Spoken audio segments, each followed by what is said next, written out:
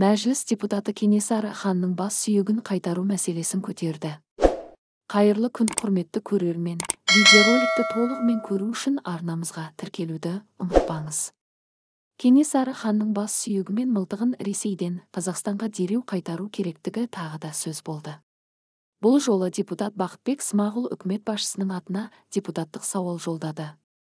Депутат былтыр Кенесары ханның туғанына 220 жыл, ал хан бастаған көтеріліске 185 жыл толғанын атап өтті.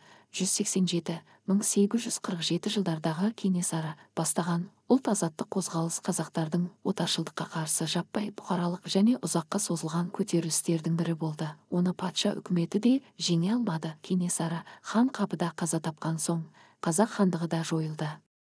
Хан кене аз уақытқа болса да 300-ді біріктіріп, хандықты, яғни қазақтың мемлекеттілігін қалпына келтіре алды. Көптеген зерттеуші елдің аумақтық тұтастығын қалпына келтірудегі Кенесарының ерекше рөлін атап өтті.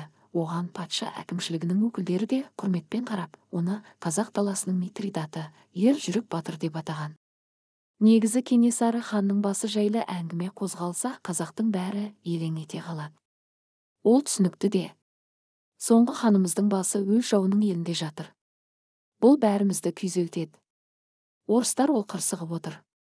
Путин болса Қазақстанды құдай қосқан көршіміз деп бірде мақтап, бірде даттап хан жайлы бір ауыз сөз айтқысы келмейді.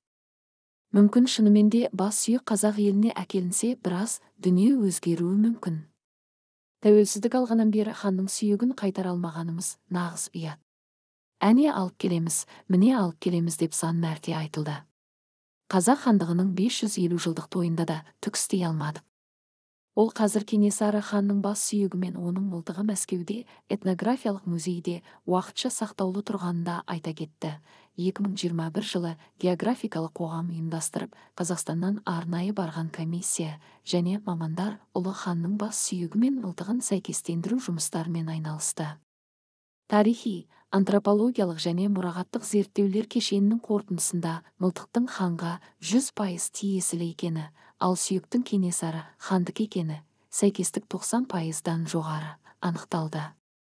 Бақытбек Смағұлдың айтуынша Кенесары ханның бас сүйегі мен мылтығы Ресейден Қазақстанға қайтарылса, оның сүйегі Астанадағы ұлттық пантеонда жер қойнына тапсырылса, ал мылтығы ұлттық музейге қойылса, ол ел рухының асқақтауына, отаншылдықтың күшеюіне және ел астанасындағы туризмнің дамуына ықпал етеді.